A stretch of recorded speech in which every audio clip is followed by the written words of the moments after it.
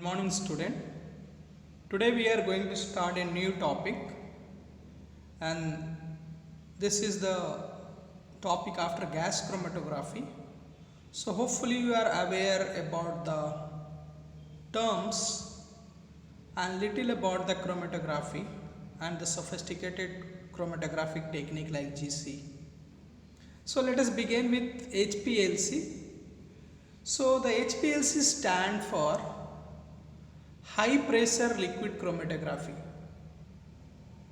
So basically we have got three different type of abbreviation for HPLC, which we will see it when we proceed down the slides.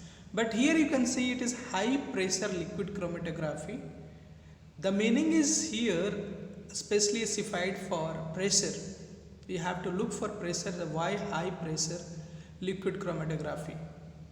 So when we were seeing about the TLC, we saw the stationary phase used there, but we have not talked about the size. So here we will be looking about the size of the stationary phase what we are using in HPLC. So the peculiarly the size of the stationary phase is very small, and so in order to pass the mobile phase through that, you require a high pressure. So the name of the instrument is called high pressure liquid chromatography. So you can read down, since high pressure is used when component to classical chromatography separation of the component from the mixture is achieved by pumping mobile phase at high pressure using appropriate displacement pump. So this is called high pressure liquid chromatography. Now this is high performance liquid chromatography. So why it is high performance liquid chromatography is that the performance of this technique has increased enormously from the other technique like TLC. And then it is a high price. If you look into the price of the instrument, it ranges from starting with 8 lakhs to 20-30 lakhs rupees. So it is high price liquid chromatography, whereas TLC cost hardly in thousands. So other technique, if you remember, when I was discussing about the classical chromatography techniques, when I was talking about TLC and paper, I started with Michael Twist, which was who did the first separation in 1906 for the plant pigment. Later on, Martin and Syringe, who gave the first concept of liquid-liquid partition, and later on he was awarded with Nobel Prize in 1952. And apart from that, we as the time proceed, the number of different chromatographic technique came into the existence. For an example, first it was TLC, paper, preparatory column chromatography, medium pressure column chromatography, gas pressure chromatography, ion exchange, then VLCs, vacuum liquid chromatography, and so on and so forth. So what does basically a chromatography does? We have seen it is used to separate the component present in the mixture. So you look here, if you look into the sample, there are three different type of sample. There are three different of component present in a sample, A, B, C, and if you look into this here, the concentration, right? Here the concentration is varying, right? For a compound it will be present in different concentration, compound will be in different composition, and compound C will be in different composition. Irrespective of the composition, you can separate it based on their chemical nature, right? So what does a chromatography basically does? It separates chemically or physical separation of a component for qualitative and quantitative analysis. So different type of chromatography technique we have seen, the paper chromatography, and you can see mechanism here, and what was the stationary phase and mobile phase used, right? So thin layer chromatography, it is based on adsorbents, and high pressure liquid chromatography is just a modified form of thin layer chromatography. The stationary phase is solid and mobile phase is liquid, and the mechanism uses adsorbent here. So liquid chromatography, what is liquid chromatography? The two different phases are used to separate the component of the mixture, stationary and mobile phase, right? The two solutes separate onto the column via interaction based on physical mechanism like retention, right? In the previous class, I have talked about, when I was talking about the separation volumetric equation, I talked about the equilibrium attainment between the stationary phase and the mobile phase. What happened? The solute or the substance which you are separating spend the time in the mobile phase in the stationary phase depending on their attachment or depending towards their affinity. If it is more affinity towards the stationary phase, it retains more time into the column, and if it is the retention or if they are spending more time on mobile phase, they move from the column at the fast rate. So look here, what is basically partition? Partitioning is nothing. It is generally seen when you have both a stationary phase and mobile phase liquid, right? The component is spending time in both, right? And both is a liquid, right? The sample which is being separated is spending time in both the stationary phase and mobile phase, where here the stationary phase as well as the mobile phase is liquid. So they are partnering between these two liquid, and the separation happen. So again, the type of liquid chromatography, it is adsorption, partition, size exclusion, affinity, and ion exchange chromatography. Adsorption chromatography we have already seen. Partition paper we have already seen. You will be seeing the other teacher will be covering the size exclusion and affinity, where again when I will proceed after the HPLC, I will be covering about the ion exchange chromatography, which is basically a competition between the ionic liquid and the ionic stationary phase, where there is exchange of cation and anion is taking place between the stationary phase. So let us see what is HPLC, right? So it is and how it is useful, right? So, and why it is so popular, right? If you go to the most of the industry, they are each of them have a HPLC. So what does HPLC do, right? So if you look into the popularity, right? The popularity of HPLC, is a very popular instrument, right? The most widely used analytical separation technique, right? And utilized as a liquid mobile phase and packed column to separate component of mixture, right? Use high pressure to push solvent through the column, and the popularity is because it is highly sensitive, ready adaptability to accurate quantity estimation, and then suitability for separating non-volatile sample or thermally fragile one, right? What was the demerit of gas chromatography? We were not able to separate the component which is thermally fragile, right? Because you need to do it, you need to convert into the vapors, or the volatility of the component is very important in the separation of gas chromatography. So, and the other reason for popularity is widespread acceptability to the substance are prime interest to industry, to many field of science, and to the public. Ideally suited for separation of amino acid, protein, synthetic compounds, nucleic acid, hydrocarbons, pharmaceuticals, pesticides, pigments, and whatever you say, you can separate if they have a different chemical nature. So if you look into the history, right, if you look into the history of liquid chromatography, previously the column diameter was 1 to 5 centimeter, to the length was 5 to 500 centimeter, right? So it's basically half meter to 5 meter. But the respect to time, right, what happened, even the size of this keep on decreasing, right? The diameter decreased, it has become to now even not even a centimeter, right? It's a half centimeter, or you can say 5 mm, and the length has come to 15 to 30 centimeter to 60 centimeter, and the size of the particle, the stationary phase what we are packing into the TLC was 150 to 2 meter has come to 2 to 50 micrometer, right? So what happened with respect to this, the flow of the mobile phase was a big challenge, right? You cannot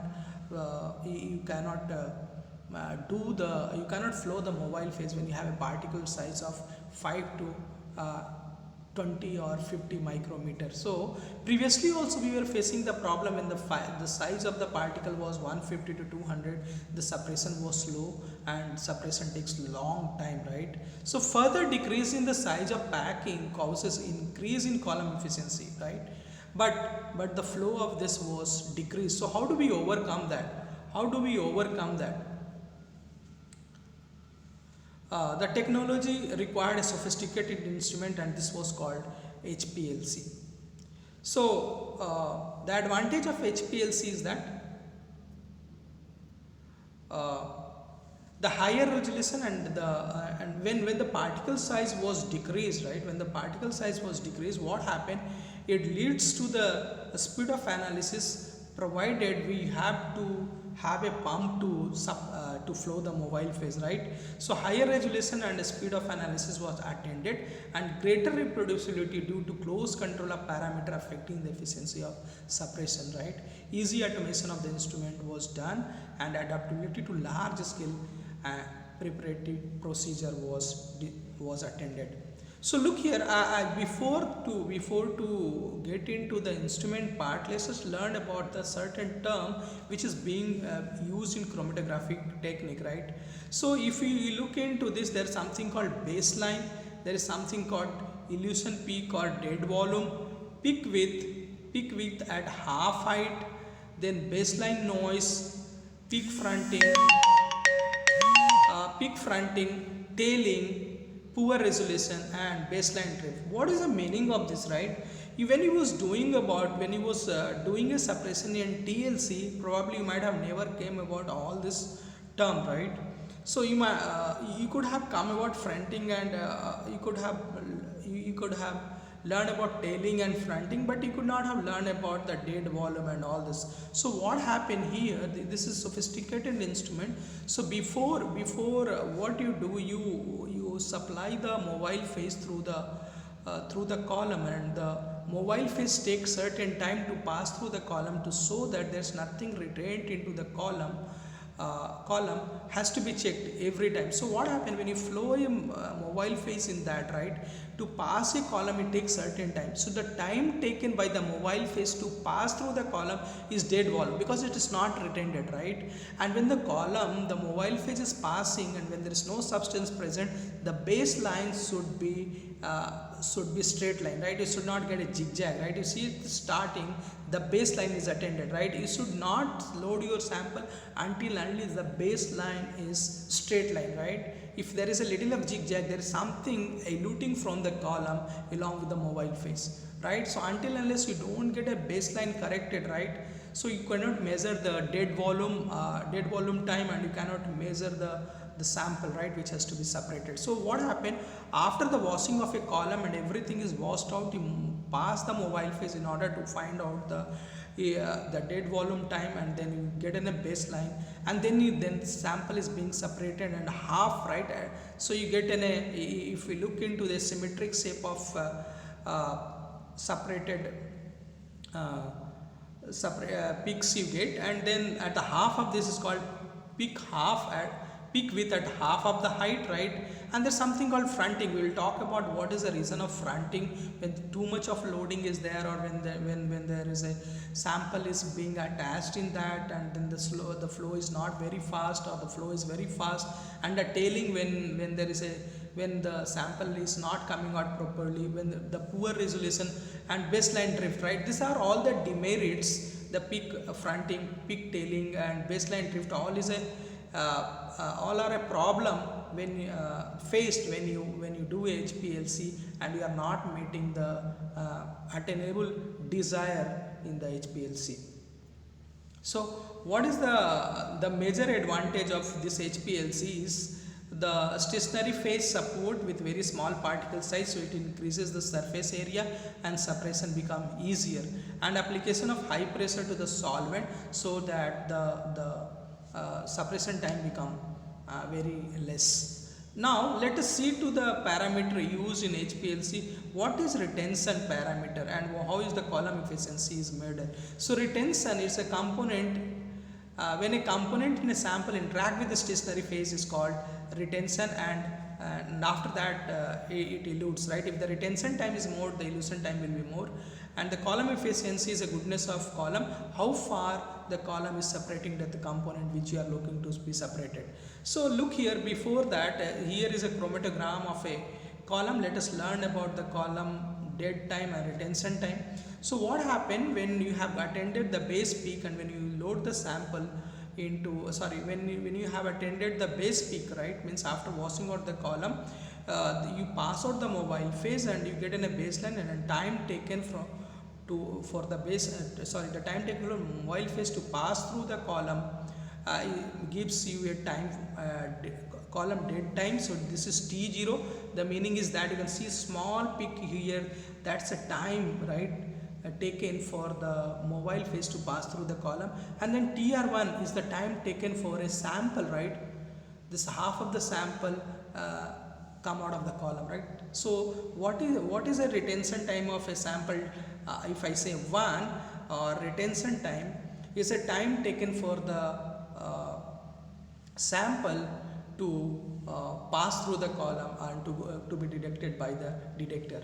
And similarly for tr means sample 2 and t3, right. So you can look here, the retention for time for sample 1, 2, 3 is different, right, and it has been plotted into the curve taking the x-axis as a time and the signal as y-axis. So when you call the t0, right, retention time for the column dead volume time, right, column dead time is t0. So each time the retention time, what you write here is tr is equal to tr minus t0, means every time you have to subtract the time taken by the mobile phase from the time taken for the retention of the sample 1, 2, 3. So what is a capacity factor? Capacity factor talks about how will your resolution, right, we have seen in the previous class also. So it is nothing but what you find out, you find tr divided by t0, right. So if it is very less means sample is not at all retended on the column, and it's very slow means sample is not at all coming out of the column. So the selectivity coefficient, right, or capacity factors give you an idea how far your sample will be retented on this. So if the sample is not retented by the stationary phase, the capacity factor k is 0, and if it is greater than 1, then value shows the component are only retained slightly by the suppression of the column. And if the retention time is between 1 and 15, the retention time is greater than 5, the capacity factor is greater than 5, means log retention time with associated band broadening. Thank you, take care. We'll discuss about the instrument in coming class. Thank you.